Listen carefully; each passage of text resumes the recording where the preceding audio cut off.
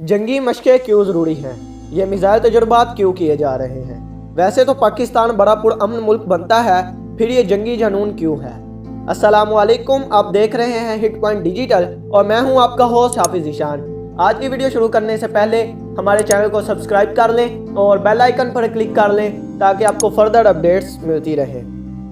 پاک بحریہ کے تحت امن مشق 2021 جاری ہیں، جس میں دنیا کے 45 ممالک حصہ لے رہے ہیں۔ لبرل کی جانب سے اکثر سوال کیا جاتا ہے کہ جنگی مشقیں کیوں کی جا رہی ہیں، میزائل تجربات کیوں کیے جا رہے ہیں۔ ویسے تو پاکستان بڑا پرامن ملک بنتا ہے، پھر یہ جنگی جنون کیوں ہے؟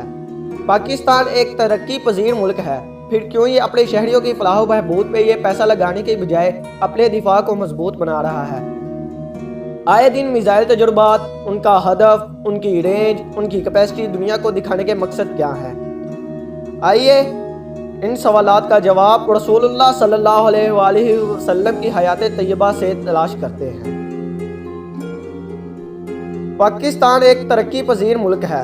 رسول اللہ صلی اللہ علیہ وآلہ وسلم کی حیات طیبہ کا مدنی دور غزوات سے بھرپور دور ہے۔ مشرکین مکہ اور یہودیوں سے بچنے کے لیے آپ صلی اللہ علیہ وآلہ وسلم نے اپنے صحابہ کے ساتھ مل کر خفیہ اور اعلانیہ جنگی تیاریاں کیا کرتے تھے۔ نبی اکرم صلی اللہ علیہ وآلہ وسلم کا معمول مبارک یہ تھا کہ جب کسی دشمن پر حملہ ور ہوتے تو آخر وقت تک اپنے ہدف کو ظاہر نہیں کرتے تھے۔ صحابہ کرام کو تیاری کا حکم ملتا، تیاری ہوتی، لشکر مدینہ منورہ سے چل پڑتا، مگر آن حضرت صلی اللہ علیہ وآلہ وسلم اور چند متعدد ترین ساتھیوں کے سوا کسی کے علم میں نہیں ہوتا تھا کہ ہدف کیا ہے اور ٹارگٹ کون ہے۔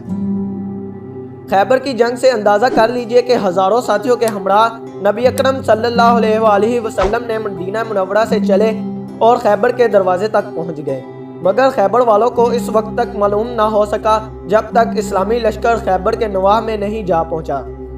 بخاری شریف کی روایت ہے کہ خیبر کے کسان اور کاشتکار معمول کے مطابق الصبح اپنے آلات زراعت لے کر کھیتوں اور باغات کی طرف نکلے تو اچانک اسلامی لشکر کو خیبر کے دروازے پر موجود پایا۔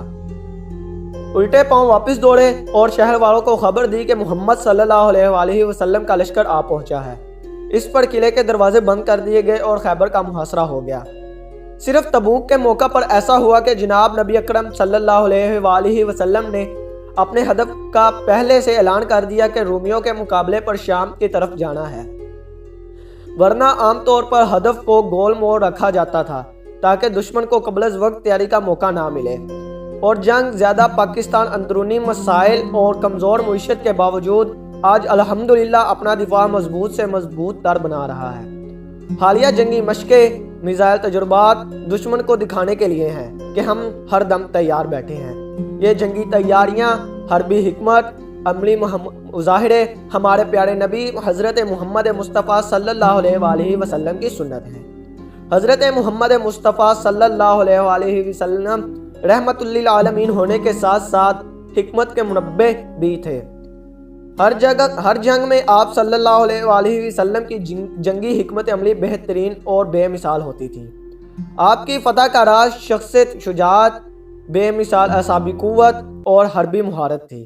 آپ صلی اللہ علیہ وآلہ وسلم میں میدان جنگ میں انتہائی منصوبہ بندی، حکمت عملیوں اور بہترین حربی صلاحیتوں سے دشمن کا مقابلہ کیا۔ آپ صلی اللہ علیہ وآلہ وسلم نے جنگ میں دشمن کے خلاف جس بہادری کا مظاہرہ کیا، تاریخ میں اس کی مثال نہیں ملتی۔ 28 غزوات میں نبی اکرم صلی اللہ علیہ وآلہ وسلم کی سیرت طیبہ کا یہ پہلو کھل کر سامنے آتا ہے کہ آپ نے جرأت و بہادری، شجاعت، تدبر، معاملہ فہمی، دشمن پر نفسیاتی غلبہ پانا اور قوت فیصلہ کا شاندار مظاہرہ کیا اور فن حرب کو اوج کمال پر پہنچایا۔ نبی اکرم صلی اللہ علیہ وآلہ وسلم کو اپنوں کی مخالفت، وسائل حرب کی کمی، افرادی قوت کا کم ہونا جیسے مسائل کا سامنا تھا، لیکن اس کے باوجود نبی اکرم صلی اللہ علیہ وآلہ وسلم اور آپ کے صحابہ کرام نے جنگوں میں دشمن کے خلاف جس بہادری کا مظاہرہ کیا، تاریخ میں اس کی مثال پیش کرنے سے قاصر ہے۔ آج پاکستان بھی کم وسائل میں ہی اپنے دفاع کو ناقابل تسخیر بنا چکا ہے۔ بالکل وہی حالات ہیں، اپنوں کی مخالفت بھی ہے اور وسائل بھی کم ہیں، مگر اللہ کی خاص رحمت شامل ہے اس لیے پاکستان آج دفاعی لحاظ سے ایک مضبوط ملک ہے الحمدللہ۔ دفاع کے ناقابل تسخیر ہونے کے ساتھ ساتھ جانشار افواج کا ہونا بھی اہل پاکستان پہ اللہ تعالیٰ کا بہت بڑا احسان ہے الحمدللہ۔ افواج پاکستان زندہ باد، پاکستان پائندہ باد۔ شکریہ۔